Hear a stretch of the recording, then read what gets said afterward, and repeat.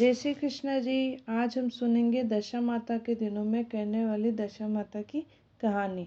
एक राजा के दो रानियां थी। बड़ी रानी की कोई संतान नहीं थी, किंतु छोटी रानी के एक पुत्र था।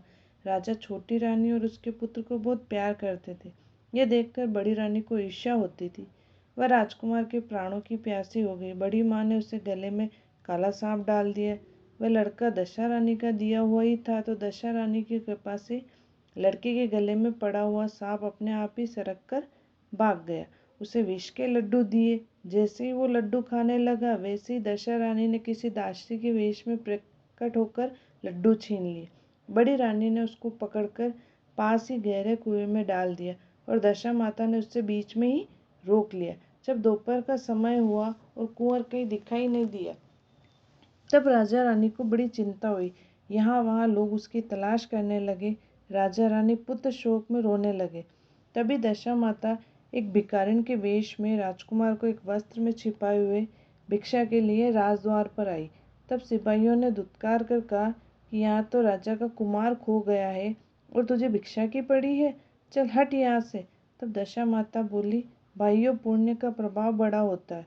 यदि मुझे भिक्षा मिल जाए तो संभव है कि खोया हुआ राजकुमार भी मिल जाए। यह कहकर वह देहरी के भीतर पैर रखने लगी। उसी समय दशा माता ने एक वस्त्र में से बालक का पैर उगाड़ दिया। सिपाहियों ने समझा कि अभी कुंवर इसके हाथ में है, इसे जाने दो और कुंवर को भीतर ही छोड़ आने दो। उधर से जब ये बाहर आएगी तब इसको पकड़ करके बिठा लेंगे। दशा माता कुंवर को लिए हुई भीतर चली गई। उसने राजकुमार को चौक में छोड़ दिया और वापस होकर जाने लगी और उसको रानी ने देख लिया तो डांट कर कहा, तू कौन है? तूने मेरे लड़कियों को कहाँ छिपा कर रखा था?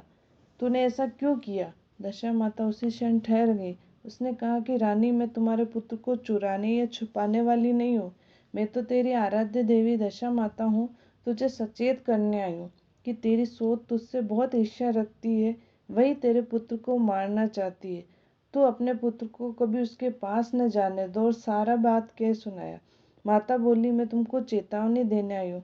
तब रानी भगवती के पैरों पर गिर पड़ी और उनसे विनती करने लगी कि जैसे आपने मेरे पुत्र की रक्षा की है, वैसे ही मेरे सुख सौभाग्य की रक्षा करना और मेरे यही आप सदैव रहिए।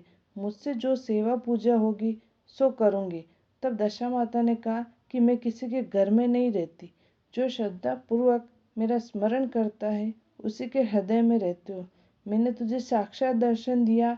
इसके उपलक्ष्य में तुम सुहागिनों को न्योत कर उनको यथाविधि आदर सत्कार से भोजन कराओ। अपने नगर और राज्य में ढिंढोरा पिटवा दो कि सभी लोग मेरा डोरा लिया करें और व्रत किया करें। यह कहकर दशा माता अंतर ध्यान हो गई।